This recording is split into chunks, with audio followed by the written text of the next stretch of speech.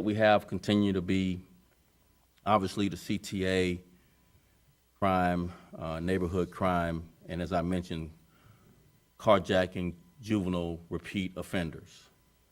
What I'd like to do now is briefly go through some notable arrests that we've made. For homicide, 18-year-old Hader, that's Hader Garcia, and a 17-year-old juvenile female was arrested on May 5th.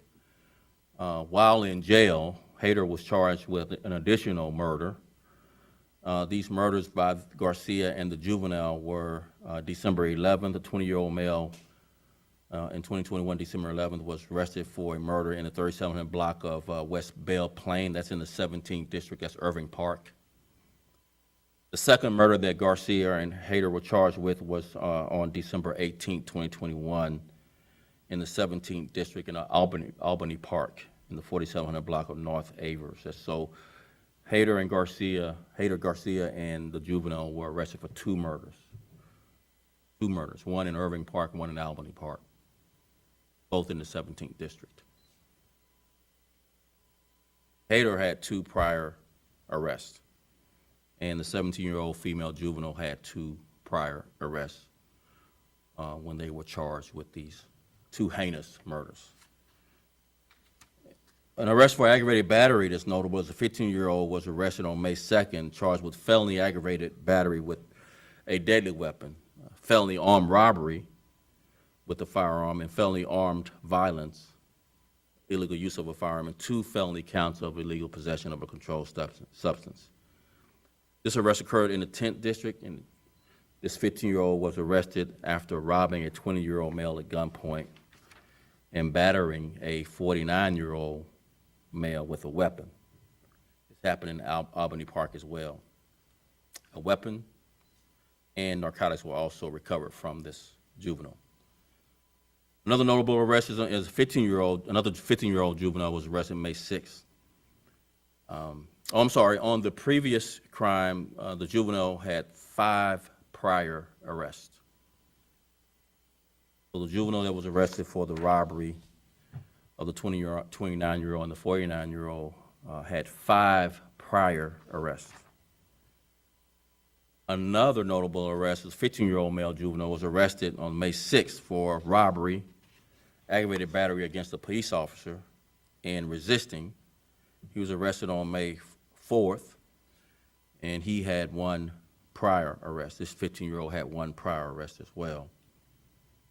In addition, on May 6th in the 1st district, made a CTA arrest on the CTA for felony robbery, felony theft, and felony aggravated battery. This 18-year-old Donovan McClary, McClary, was arrested on May 6th for a April 25th, 2022 robbery on the CTA.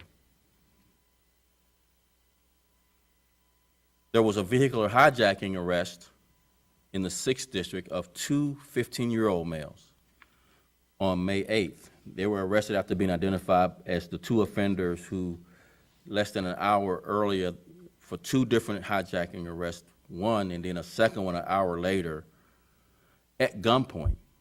These 2 15-year-olds held 27-year-old at gunpoint in the 700 block of South Honore.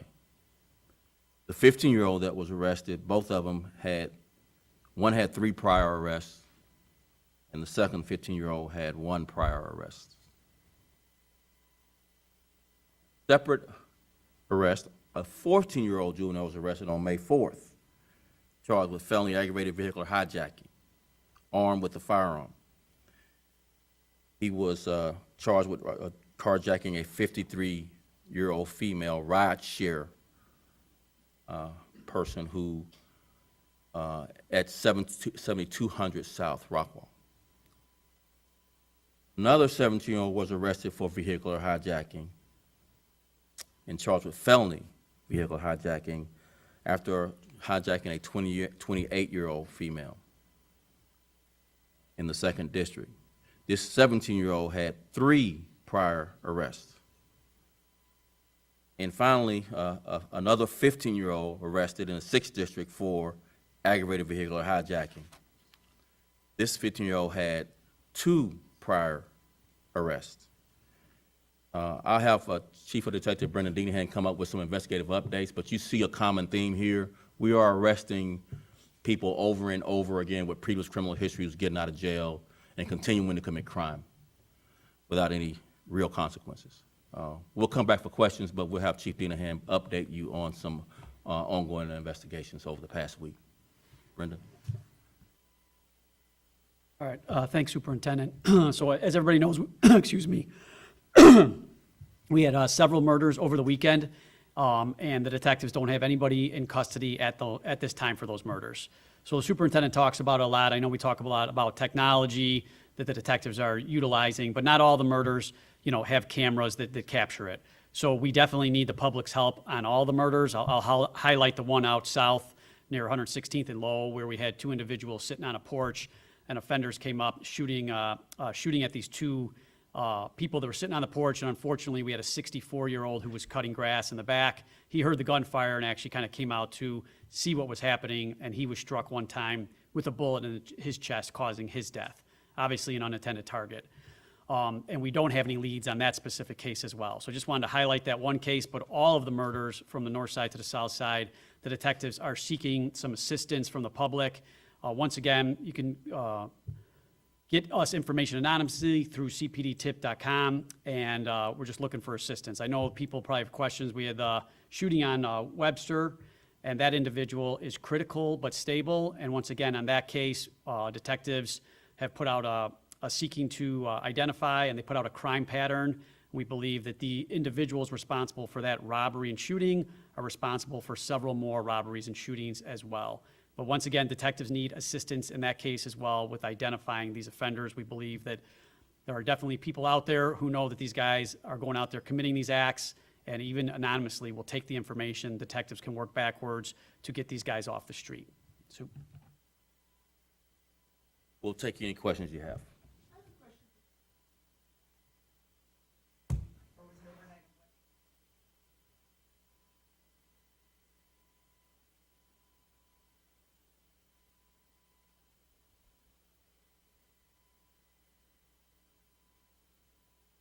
So there's a lot of, I know that's the story that came out right now. I talked to the detectives. There's a lot of conflicting information regarding exactly what happened. I know there's several witnesses stating that he was in his kitchen when it happened, but there's a lot of other witnesses who have provided different information to the detectives. So right now there's actually several different stories out there, and we're not exactly sure where he was when he was shot, and we have a lot more work to do on that.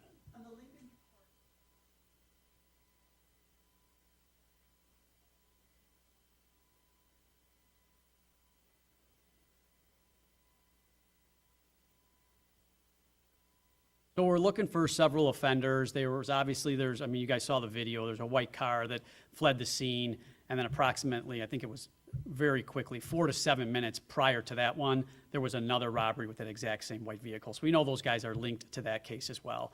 Then once again, obviously the detectives then are reading all the cases within the last 24 to 48 hours, even going back a week, and linking those. So we believe not the same car was used in every single one of these, but a lot of times they have tail cars, they switch cars, et cetera. Many times, obviously, the cars are stolen. So based upon the MO, we believe that these are the same offenders that committed those crimes. And once again, we have, I don't want to go too deep into the investigation exactly what the detectives are doing, but we definitely need help. And I have no doubt that there are people out there that they know exactly who these offenders are, and we need that information, and then the detectives can do their job and remove them from the streets.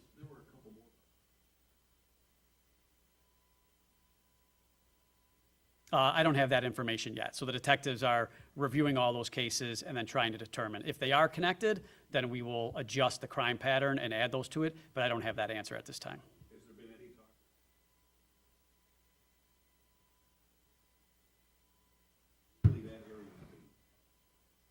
Sure. So as we talked about before, we have some specific focus on shootings and homicide, areas that drive the shootings and homicides using data, looking back over several years, as well as we do current analysis, as you mentioned, of robbery patterns, ag bata patterns, and we deploy resources. We are in the part of the year where we scale up our resources. A lot of schedule adjustments are happening, not just for Memorial Day, but as all you know, as it gets warmer, we have much more challenges as it relates to not only robberies, but all other crimes, shootings, homicides, robberies, and aggravated assaults and aggravated batteries with firearms, as well as the carjacking. So we are scaling up our resources, adjusting schedules for the summer. We likely will do that as things transpire. We're going to be very, very flexible in the way we scale up our resources. So look for not only extra resources in Lincoln Park. We talked about the CTA, we talked about downtown, and we talked about this focus on the 55 B-Stiff Drive shootings and homicides. So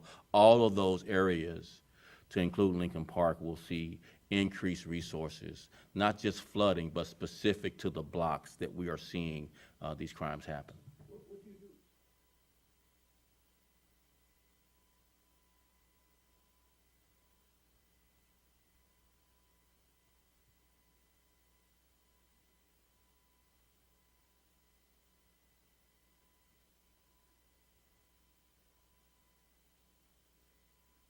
Technology has been a significant resource in helping us arrest offenders who are on these robbery patterns or robbery sprees. They often have, utilizations of cars that track through our license plate readers, track through our pod cameras. We go back in time and look maybe where they are. We don't want to give away too much of how we solve some of these crimes, but we are using all of our technological resources as well as extra resources in the area to prevent.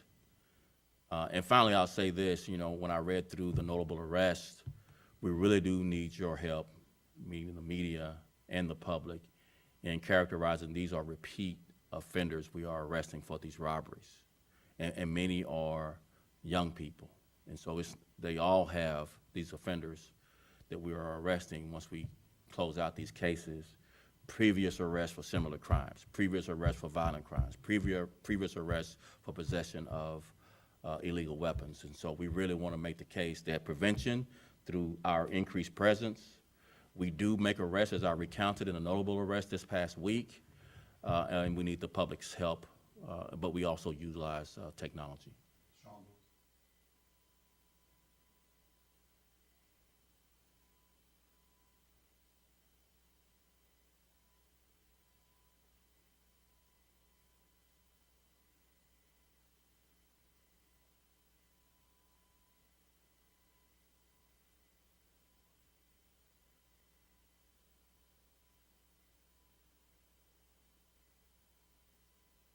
There's two characterizations of that brazenness that I'll describe, and kind of what I've been thinking about.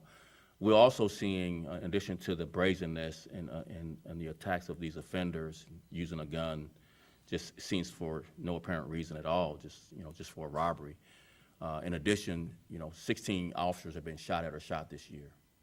This continues the 500% increase in officers' attacks. So there's no respect for law enforcement, let alone our residents. It speaks to my point of when we do make these arrests, many of these dangerous people need to be held to trial instead of being released. I think the case has been made repeatedly for the last 2 years that there are offenders that we arrest that get out too frequently, who are dangerous. We want to make the case not only when we see brazenness, that when we make these arrests, and we've shown that we will make the arrest of these offenders, that they be held to trial. I think there's a case that there are dangerous people who will easily, brazenly use a firearm and caught on video, but there are others that are not caught on video that need to be held to trial and not released back in the community.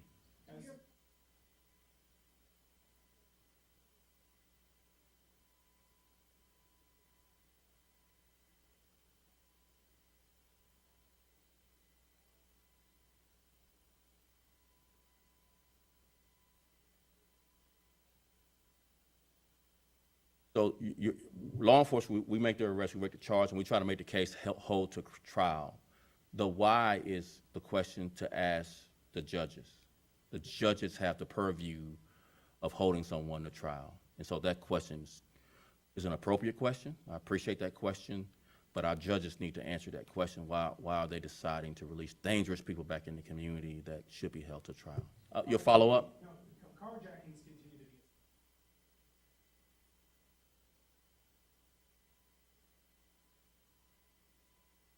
So what we're seeing in both burglaries and thefts is a continued decline from 2019. So a 10% decline overall in property crime from 2019. Some areas more than that. As you know, during the shutdown these last few years, burglaries and thefts dropped as violent crimes increased, and we're still continuing to see a decline compared to 2019, 2018, pre-pandemic. But we do see a spike from this year to 2021 in burglaries and thefts, but still below 2019's. Last question, Yes, Charlie. Superintendent,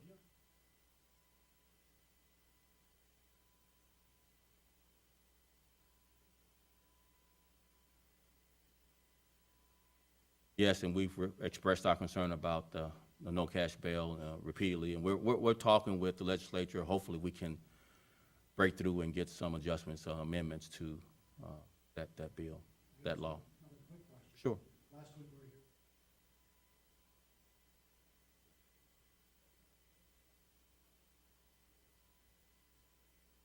So we had several kids come downtown this past weekend without incident. We had an additional resource deployment pre-deployed to the location that we knew that they would congregate, and they behaved themselves, but I think the show of presence was part of that. We'll continue that, and we'll continue to increase our level of resources. That's one of the discussions this week that we're having, even though, you know, we didn't have the similar issues with young people downtown than we had 2 weekends ago.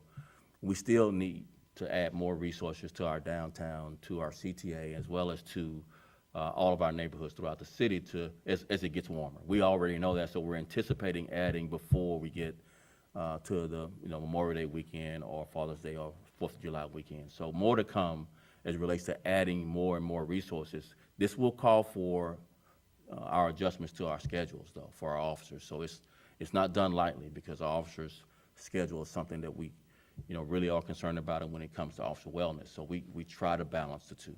Thank you very much, all. Appreciate it. No days off situation? What's that? Is that a no days off? We try to balance it one of the 2 days off. We don't cancel their vacations. We don't cancel their holidays that they have scheduled, but we do try to schedule on a rotating basis, maybe one of the days off, depending on the issues that we have to address. Thank you all so much. Appreciate it.